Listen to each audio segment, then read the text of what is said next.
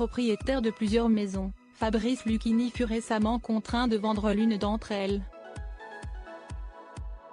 En effet, l'acteur a dû se séparer de sa maison située sur l'île de Ré. Il en avait expliqué les raisons le 15 septembre 2023 sur France 5. Figure incontournable du cinéma et du théâtre en France, Fabrice Lucchini était récemment à l'affiche du film baptisé La Petite dans les salles obscures. Les abonnés de Netflix ont aussi pu voir le comédien dans la série Tapis, qui a été mise en ligne sur la plateforme durant le mois de septembre 2023. C'était justement dans le cadre des promotions respectives de ces deux projets que Fabrice Lucchini avait été convié sur le plateau de l'émission C'est à vous, diffusée le 15 septembre 2023 sur France 5.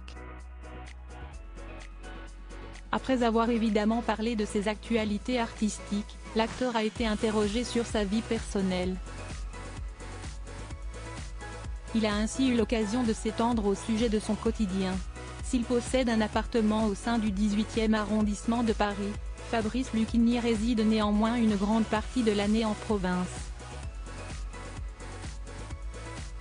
Possédant plusieurs propriétés, le comédien fut récemment contraint de vendre la maison qu'il avait acquise du côté de l'île de Ré. Il en a clairement expliqué les raisons sur l'antenne de France 5. L'écologie ce n'est pas rien, on va crever, si est presque sûr.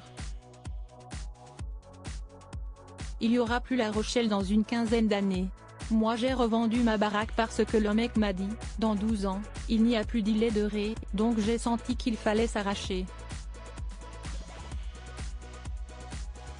Dans 12-15 ans il y aura plus d'île de Ré, Noirmoutier il n'y aura plus rien. La mer va monter, non. T'es niqué. C'était les dernières vacances donc, avait-il déclaré face à Anne-Elisabeth Lemoine. Pour mémoire, si est durant le tournage du long-métrage baptisé Assest à bicyclette, sorti au cinéma en 2012, que Fabrice Lucchini était tombé sous le charme de l'île de Ré.